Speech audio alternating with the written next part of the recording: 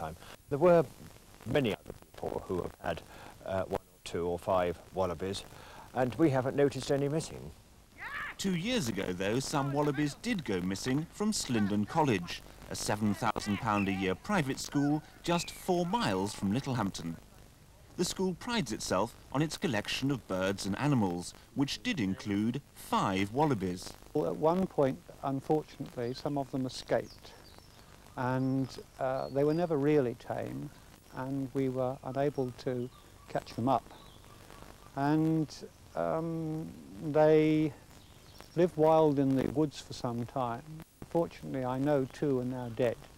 One was hit by a car and one died of natural causes.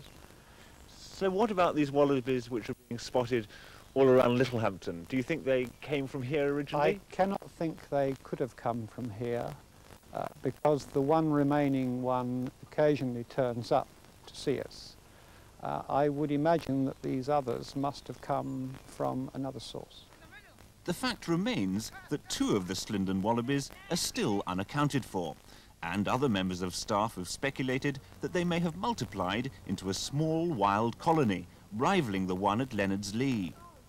Although harmless, wallabies are not noted for their intelligence, and most of those who have come into contact with them wouldn't recommend them as pets. If you can give them a lot of peace and quiet and big open spaces, marvellous. But in a suburban garden, I think they would be a problem. They seemed at the time a good idea. If there's any more sightings, people can ask and stop check, obtain details. If a wallaby does pay you a visit, he's likely to nibble at your lawn or perhaps make a meal of your flowers. The chances are, though, he won't hang around for long.